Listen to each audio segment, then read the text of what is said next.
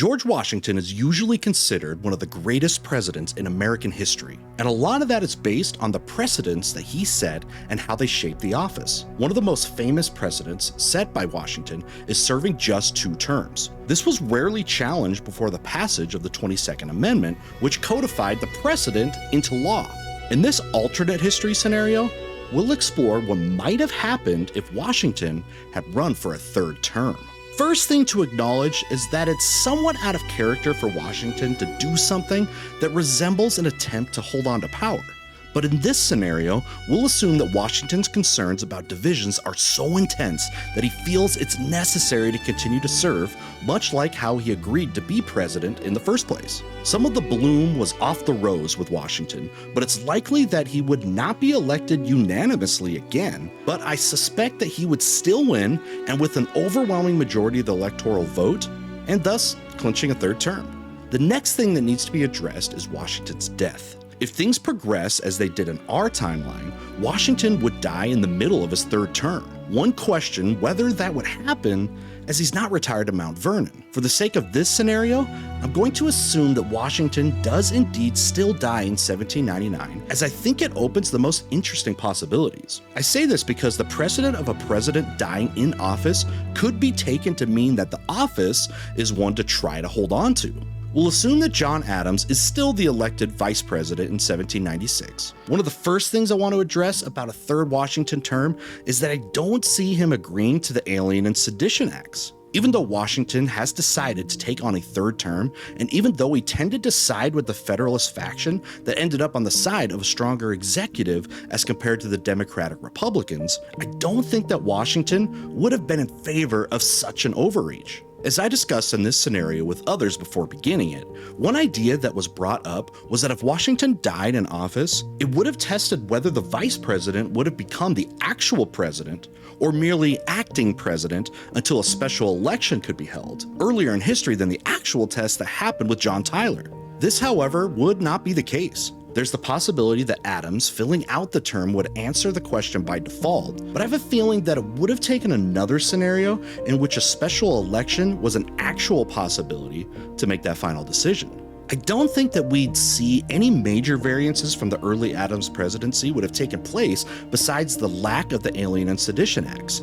There would still be the XYZ affair, and the weight that it held on the Adams presidency would be shifted to the Washington presidency. Despite that, however, I don't see any long-term drag on Washington's reputation because the fact that he died in office would help to mythologize him, much in the way that it martyred presidents like Lincoln and Kennedy so that they're untouchable to some. But if there was any change of note, it would be that Washington would be even more closely identified with the Federalist faction, though with the modern view of that, I'm not sure how significant a closer bond would have been.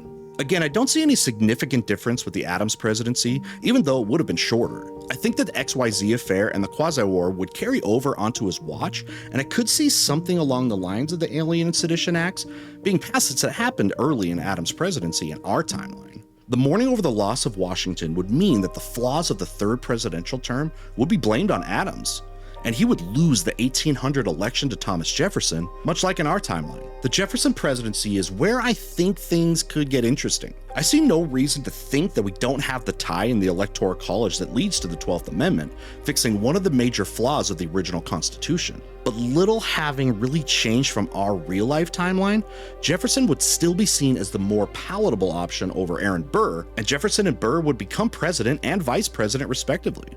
I see no reason to make any significant changes to the Jefferson presidency.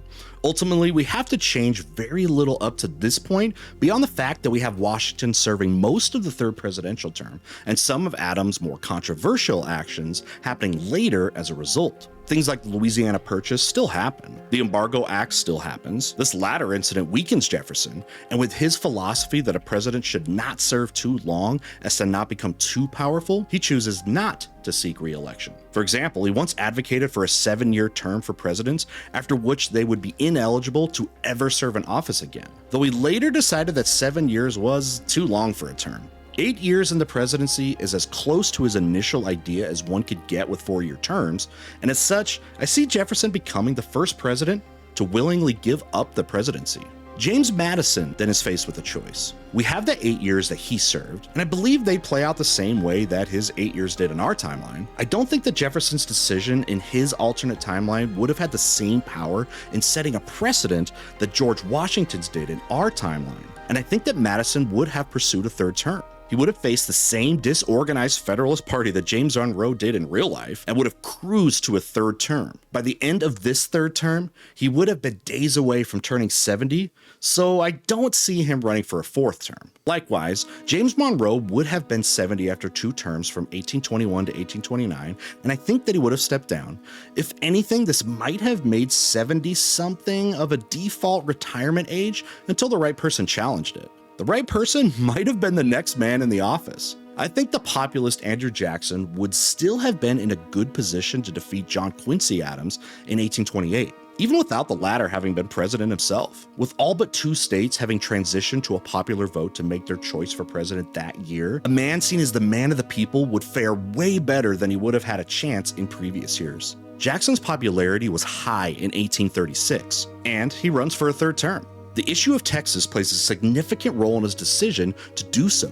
As in our timeline, he delays announcing his plans for Texas until after the election, but early in his third term, he makes it clear that he wants to annex Texas, leading to an earlier war with Mexico. This war looks very little different from the Mexican-American War in our timeline, as American troops would relatively quickly cut through the Mexican forces and would be able to force major concessions. If we assume that the war goes on about as quickly as it did in our timeline, and it may have been shorter in the aftermath of the war between Texas and Mexico, then even at the least, we see Texas become a state by 1838, but more likely in early 1837. This is where Henry Clay comes in. His knack for compromise would have been key to not seeing the country torn apart by civil war at least 20 years ahead of the timeline that we know. With the massive size of Texas, there would likely have still been a provision that allowed for the region to be split up into multiple states, and with the agreement that was finally made on the borders of the state of Texas, all of these states would have been eligible to have slavery within their borders, and that would greatly upset the north-south balance of the country. There would have been a dispute over the future status of the territories acquired from Mexico as well, since the Missouri Compromise applied only to the territory acquired in the Louisiana Purchase. As a result,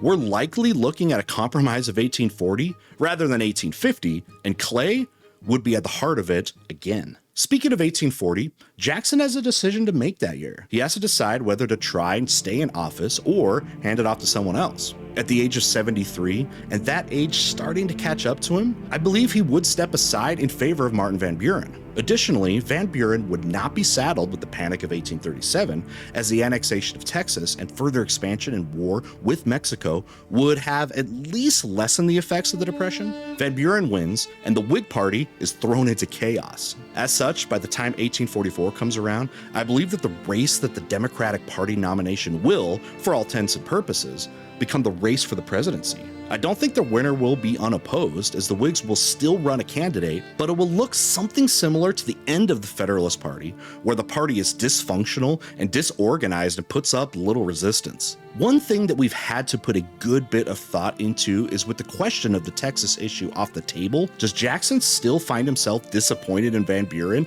and support Polk? Ultimately though, I think the sectional differences would be taking a big enough spotlight that the Southern Jackson would find something he disliked about the Northern Van Buren and throw his weight behind the Southern Polk, as he did in our timeline in 1844. Polk again defeats Van Buren, and he is a shoo-in for the presidency. Perhaps the thing that the Polk presidency is most remembered for is the Texas issue, but that has already been settled. As a result, I think he turns his attention to another expansionist issue, Oregon. The slogan 54-40 or fight becomes real, and the US fights the British for all the Oregon territory. As in reality, he institutes the gag rule as well, and this, coupled with the need for a new opposition party with the fall of the Whigs, will help lead to the earlier creation of the Republican Party. And of course, the Wilmot Proviso is going to pour fuel on the fire.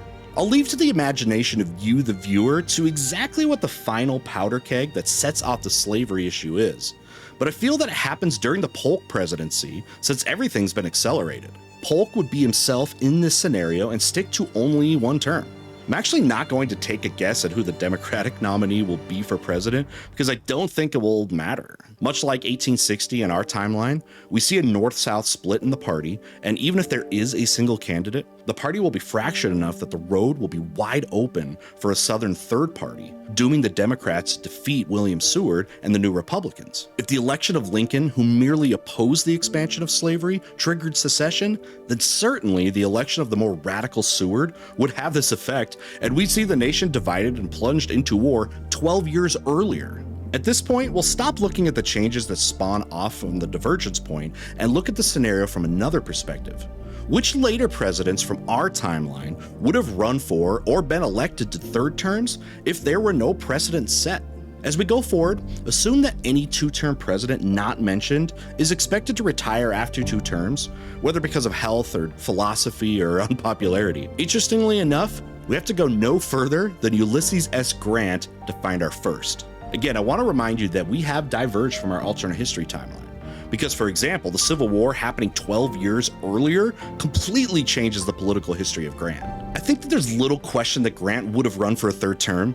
In our timeline, after taking 4 years off, he sought the Republican nomination again in 1880, which, had he been chosen, would have seen him running for a third term, though not consecutive. In this scenario, he attempts to hold on to the job in 1876. He has more success than his attempted third run in real life, as I think he would have managed to hold on to the nomination. But the disputed 1876 election comes out differently. With the Republican nominee saddled with corruption in his administration, the Democrats are able to rise to the challenge, and we will see Samuel Tilden elected president. One president I confess to being unsure about here is Grover Cleveland. There was a faction that wanted to see him pursue a third term in 1896, though he declined. Would that be different without the precedent sent by Washington? I'll leave that to you to decide. Teddy Roosevelt is another president who ran for a third term in real life, and in this scenario, I don't see him turning over the reins to Taft as he did in our timeline. I don't see him considering a third term for risk of dictatorship in this timeline, as it had been done on several occasions. Rather, he runs for a third consecutive term and wins easily. In this timeline, the US gets involved in World War I earlier, speeding up the end of the war. And in what could have been an alternate history, one could wonder if this is enough to save the Russian Empire. But Roosevelt would be riding a high of popularity. If he chose to run for a fourth term in 1916, I think he wins. In fact, if he were president instead of traveling, he probably would not have had some sort of health problems that he had later in his life. Before his death in 1919, he was speculated as a candidate for 1920. He would have been just 62 that year. When would such a popular president have seen his time in office finally end? Who knows? It's a little known fact that Woodrow Wilson wanted a third term. He hoped that the Democratic Convention would deadlock in 1920 and decide to stick with him. That said, one could ask, would it be a third term for Woodrow or a first term for Edith? Yeah, I said it.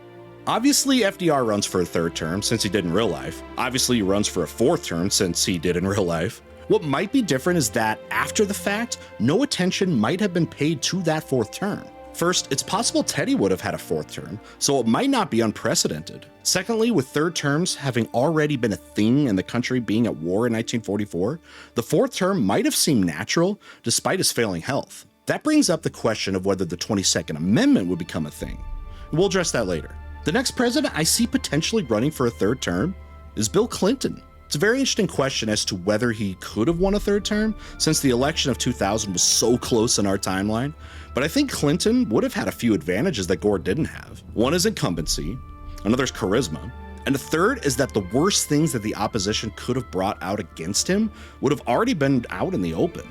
If he proved to be made of Teflon before that, which I think the midterm elections of 1998 might have demonstrated, then nothing would stick to him in the election of 2000. However, despite my trying to figure out what might have happened with Teddy Roosevelt, I won't do so with Clinton. There's one reason for this: September 11th, 2001. Clinton's response to 9/11 would almost entirely dictate whether or not he'd be in a position to run for a fourth term, though I'll say that I think he would have done so if he were in a strong enough position.